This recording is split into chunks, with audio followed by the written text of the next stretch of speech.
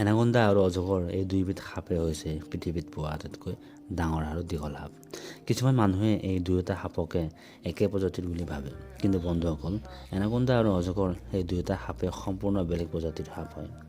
এই দুয়োবিধ সাপেই বিষ নোহোৱা সাপ। বন্ধুসকল, আজি আমি এনাকোণ্ডা আৰু অজগৰ এই দুয়োবিধ সাপৰ বিষয়ে জানিম। যদি ভিডিঅ'টো চাই ভাল লাগে তেন্তে চেনেলটো ছাবস্ক্ৰাইব কৰিব নাপাহৰিব। এনাকোণ্ডা সাপ বোৱা প্ৰজাতিৰ সাপৰ ভিতৰত পৰে। এই সাপ দক্ষিণ আমেৰিকা আৰু এমেজন অৱবাহিকাত পোৱা যায়।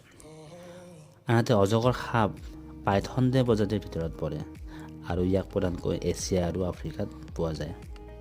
এনাকোণ্ডা সাপ হৈছে পৃথিৱীৰ ভিতৰতে আটাইতকৈ বেছি ওজন থকা সাপ, কিন্তু অজগৰ হৈছে আটাইতকৈ দীঘল সাপ। এডাল প্ৰাপ্তবয়স্ক এনাকোণ্ডা 250 কেজিলৈকে ওজনৰ হ'ব পাৰে আৰু ই দীঘলে প্ৰায় 25 ফুট মান হয়।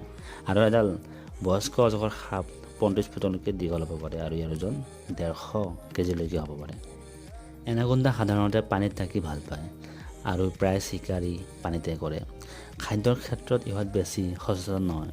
গিলিব পৰা সকলো প্ৰাণীয়ে ইহঁতৰ খাদ্য বুলিব পাৰি। এনাকোণ্ডাই সন্মুখত পালে কেতিয়াবা ঘৰিয়াল আদিও চিকাৰ কৰে। অজগৰ শুকান বন এলেকাত থাকি ভাল পোৱা এবিধ সাপ। সাধাৰণতে ইহঁত পানীৰ পৰা দূৰত থাকে। অজগৰৰ প্ৰধান খাদ্য হৈছে চৰাই আৰু সৰু আকাৰৰ জন্তু, কিন্তু কেতিয়াবা ইহঁতে হৰিণ, গাহৰি আদিও চিকাৰ কৰে। ইহঁতে খোৱাৰ আগতে চিকাৰটো সম্পূৰ্ণ মাৰি পেলায়।